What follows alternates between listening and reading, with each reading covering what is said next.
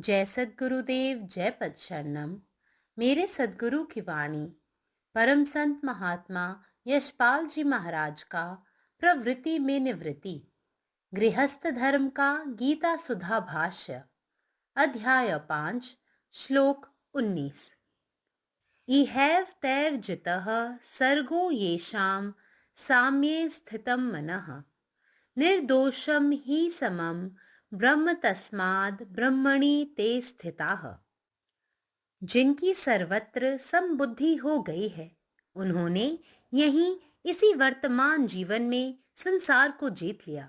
वे सदा के लिए जन्म मरण से छूटकर जीवन मुक्त हो गए। ब्रह्म नाम से कहा जाने वाला सच्चिदानंद घन परमात्मा तीनों गुणों अर्थात सत्व, रज और तम से सर्वथा अतीत है, इसलिए वह निर्दोष और सम है। इसी तरह आत्म साक्षात्कार प्राप्त तत्वज्ञानी भी तीनों गुणों से अतीत हो जाता है।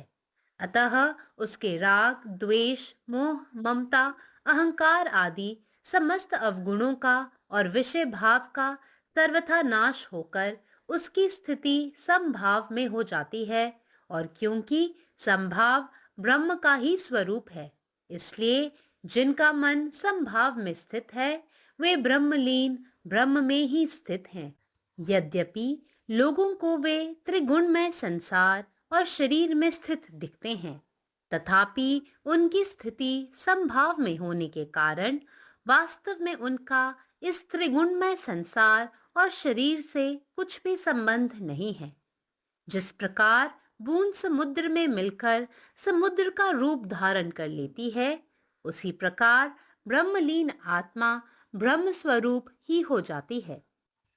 Here Lord Krishna repeats the naked truth what the rishis has earlier asserted 1,000 times, that the relative existence as a limited ego center can be ended, and the imperfect individual can realize himself to be the infinite Godhead.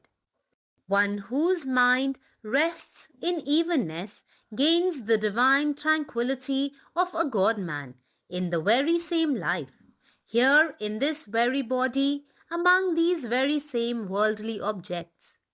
Such an individual who has conquered his mind and has come to live in perfect equanimity in all conditions of life and in all relationship indeed rests in Brahman, since Brahman is even and ever perfect.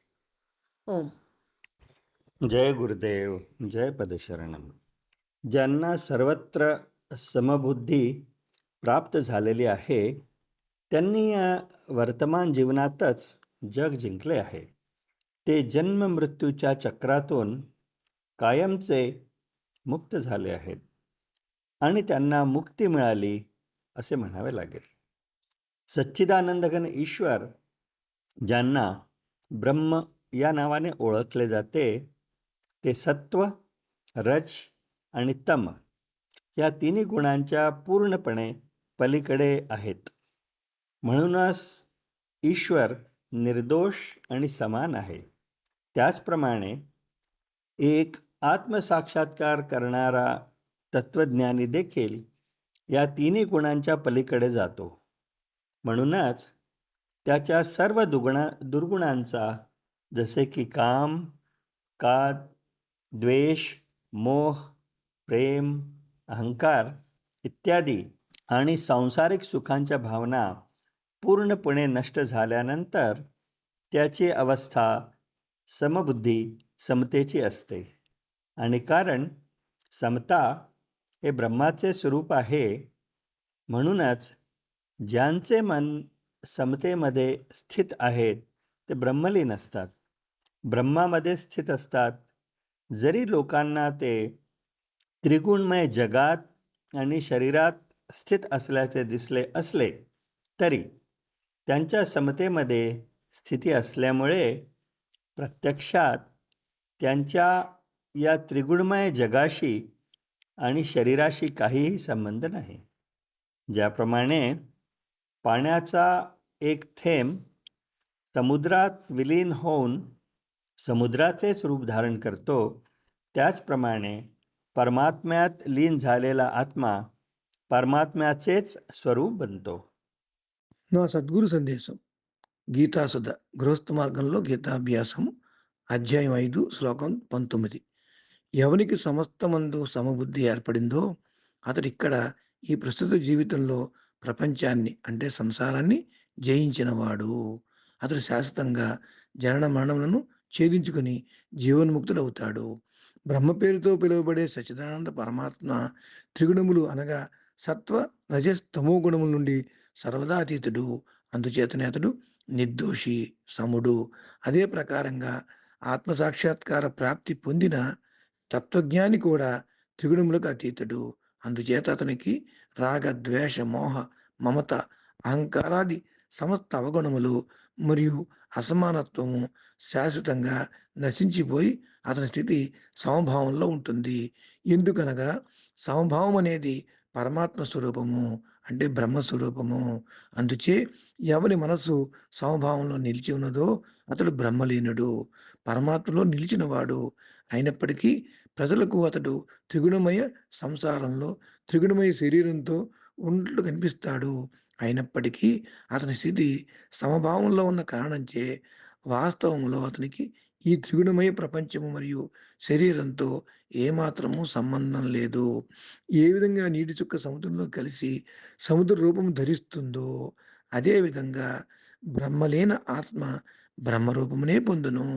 పరమాత్మ నీవే ఉన్నావు, నీ ഇഷ്ടമേ നിറവേറാలి. ജയ് സദ്ഗുരുദേവ്, ജയ് പ്രസരണം.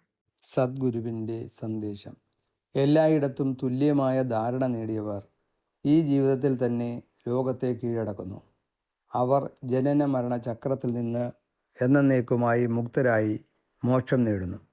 ബ്രഹ്മം എന്ന പേരിൽ അറിയപ്പെടുന്ന സച്ചിദാനന്ദൻ അഥവാ പരമാത്മാവ് സത്വം, രജസ്, തമ എന്നീ 3 ഗുണങ്ങൾക്കും അതീതനാണ്. അതുകൊണ്ട് അവർ നിഷ്കളങ്കനും സമത്വബോധമുള്ളവനുമാണ്. അതുപോലെ ആത്മസാക്ഷാത്കാരം നേടിയ ഒരാൾ ഈ 3 ഗുണങ്ങൾക്കും അതീതനാകുന്നു. അതുകൊണ്ട് അവൻ്റെ ദുർഗുണങ്ങളായ ആസക്തി, വിദ്വേഷം, അഭിനിവേശം, അഹങ്കാരം തുടങ്ങിയ എല്ലാ ദുർഗുണങ്ങളും ലൗകിക സുഖങ്ങളുടെ വികാരങ്ങളും പൂർണ്ണമായും നശിച്ചതിനു ശേഷം അവൻ്റെ അവസ്ഥ സമത്വത്തിൻ്റേതായിത്തീരുന്നു. സമത്വം ബ്രഹ്മത്വത്തിൻ്റെ തന്നെ രൂപമായതിനാൽ മനസ്സ് സമത്വത്തിൽ സ്ഥിതി ചെയ്യുന്നവർ ബ്രഹ്മലീനരാണ്. അതായത് മനസ്സ് ബ്രഹ്മത്തിൽ തന്നെ സ്ഥിതി ചെയ്യുന്നു. ആളുകൾക്ക് അവർ ത്രിഗുണമായ ലോകത്തിലും ശരീരത്തിലും സ്ഥിതി ചെയ്യുന്നതായി തോന്നുമെങ്കിലും അവരുടെ അവസ്ഥ സമത്വത്തിലായതിനാൽ വാസ്തവത്തിൽ അവർക്ക് ഈ ത്രിഗുണമായ ലോകവുമായോ ശരീരവുമായോ യാതൊരു ബന്ധവുമില്ല. ഒരു തുള്ളി വെള്ളം സമുദ്രത്തിൽ ലയിച്ച് സമുദ്രത്തിൻ്റെ രൂപവും ഭാവവും സ്വീകരിക്കുന്നത് പോലെ പരമാത്മാവിൽ ലയിച്ചിരിക്കുന്ന ആത്മാവ് പരമാത്മാവിൻ്റെ രൂപമായിത്തീരുന്നു. പരമാത്മാവ് നീ തന്നെ, നിന്റെ ഇഷ്ടം പൂർണ്ണമാകട്ടെ. ജയ് സദ്ഗുരുദേവ്, ജയ് പദശരണം. जिनकर बुद्धि सब लेल एक समान भऽ गेल छनि, ओ जे अपन जीवन काल में संसार पर विजय पाबि लेने छथि आ जे जन्म मरणक बंधनसँ मुक्त भऽ गेल छथि, एहन मनुष्य जीवन मुक्त भऽ गेल छथि। जिनका ब्रह्म नामसँ पुकारल जाइत अछि, ओ सच्चिदानंद घन परमात्मा सत, रज आ तम एहि 3 गुण सबसँ बाहर आ अतीत छथि। तैँ ओ निर्दोष आ निष्पक्ष छथि। एहि तरहेँ आत्म साक्षात्कार पाओल तत्वज्ञानी मनुष्य सेहो एहि 3 गुण सबसँ अतीत भऽ जाइत अछि। तैँ एहन मनुष्य के राग, द्वेष, मोह, ममता, अहंकार आ सबटा दोष तथा अवगुण पूर्णतः नष्ट भऽ जाइत अछि आ हुनकर स्थिति शुद्ध समभाव में स्थिर भऽ जाइत अछि। आ जखन समभाव स्वयं ब्रह्मक रूप थिक, तखन जिनकर चित्त समभाव में स्थित छनि ओ ब्रह्म में लीन भऽ जाइत छथि। यद्यपि लोक दृष्टि में ओ संसार आ शरीरक संग जुड़ल बुझाइत छथि, तथापि समभाव में स्थित होमऽ के कारण ओ वास्तव में एहि संसार आ शरीरसँ निरपेक्ष रहैत छथि। जेना समुद्र में खसल एकटा छोट बूंद समुद्र में समा कऽ ओकरे स्वरूप धारण कऽ लैत अछि, तहिना ब्रह्म में लीन आत्मा सेहो ब्रह्म स्वरूप भऽ जाइत अछि। अखिल भारतीय संत मत सत्संग पंजीकृत दिल्ली, मुख्यालय B20 CC colony, Rana Pratap Bagh के सामने दिल्ली। सत्संग आश्रम संत यशरूप तपोभूमि परिसर, अनंगपुर, जिला फरीदाबाद, हरियाणा।